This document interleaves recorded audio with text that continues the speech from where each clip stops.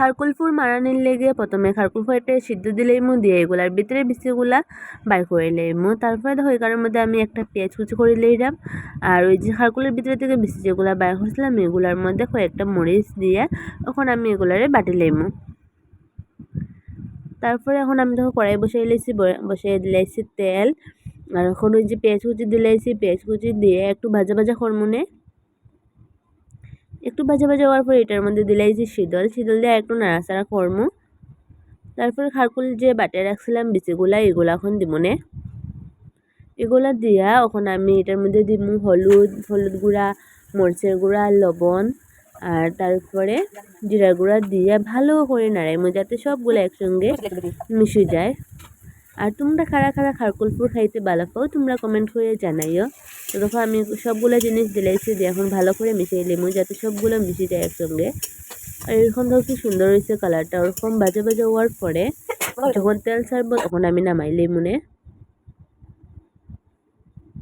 তারপরে একটা বাটির মধ্যে চাউলের গুঁড়া লইয়া এটার মধ্যে হলুদ আর মরিচের গুঁড়া দিলাইছি, একটু লবণ দিছি, দিয়ে একটা বেটার বানাই লইমু।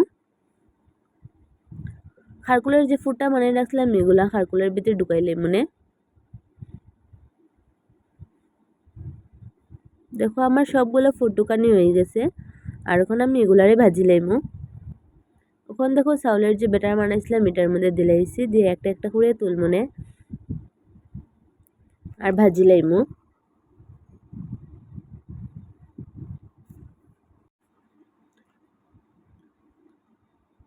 তখন আমি বসাই লাইছি কড়াই, আবার দিলাইছি কড়াইয়ের মধ্যে তেল, আর দিয়ে একটু গরম হওয়ার পরে এখন আমি দিলাইছি দেখো একটা একটা করে কাঁকরোল।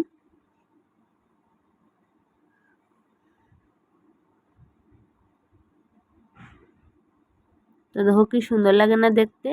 এখন হয়ে গেছে আমার ভাজা। এরকম শীতল শীতল ফুড দিয়ে খারকুল ফুড খাইতে কিন্তু খুব বেশি টেস্টি লাগে। আর তোমরা যদি ভিডিও ভালো লাগে প্লিজ লাইক করিও আর সাবস্ক্রাইব করিও। আজকের লেগে অতটুকু, টাটা।